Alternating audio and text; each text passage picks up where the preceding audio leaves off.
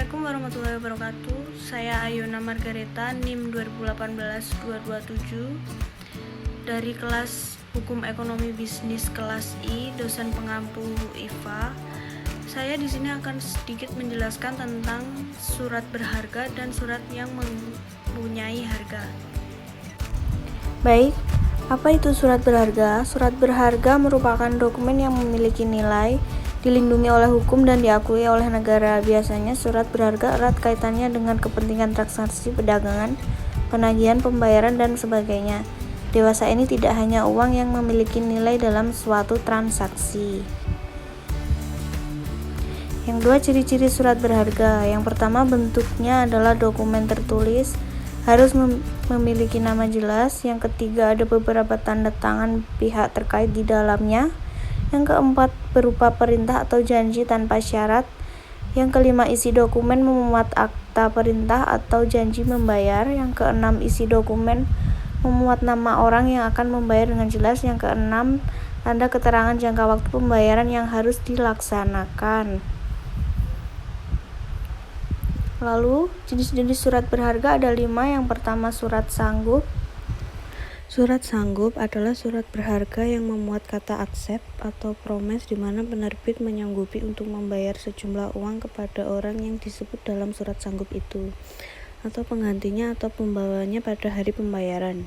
Yang kedua, cek. Surat berharga yang di dalamnya terdapat kata cek di mana penerbitnya memerintahkan kepada bank untuk membayar sejumlah uang kepada orang yang namanya disebut dalam cek. Penggantinya pembawanya pada saat ditunjukkan.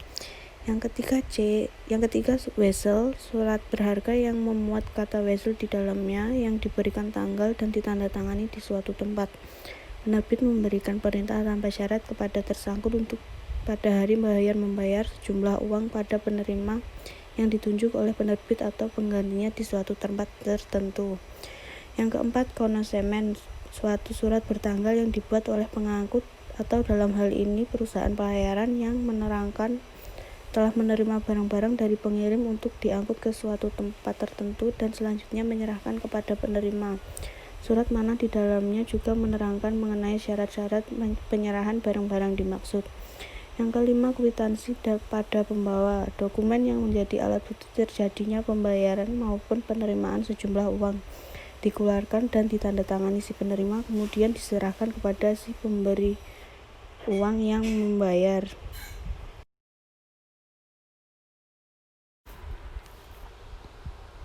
Lalu fungsi surat berharga. Yang pertama, alat pembayaran atau alat tukar. Yang kedua, surat bukti investasi. Yang ketiga, surat bukti hak tagih atau surat legitimasi. Lalu beralih ke surat yang mempunyai harga. Apa itu surat yang mempunyai harga? Surat yang mempunyai harga adalah surat yang diterbitkan bukan untuk alat pembayaran, melainkan surat yang berharga yang diterbitkan hanya sebagai alat bukti bagi seseorang sebagaimana identitas yang tertera di surat tersebut.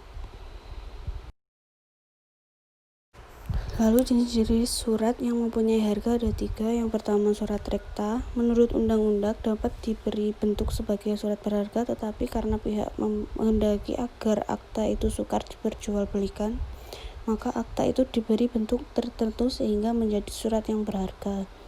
Yang kedua, surat bukti diri. Surat tuntutan utang biasanya nama pemiliknya tidak disebut dalam akta yang menimbulkan anggapan bahwa pemegangnya adalah yang berhak. Misal jenis bukti diri ialah KTP, surat tanda pegawai, karcis, kereta api, bis, kapal, dan lain-lain. Yang ketiga, surat pengakuan atau perintah membayar utang atas nama. Surat pengakuan utang atas nama yang diterbitkan dan ditandatangani oleh debitur dan diserahkan kepada kreditur dengan maksud tidak diperjualbelikan.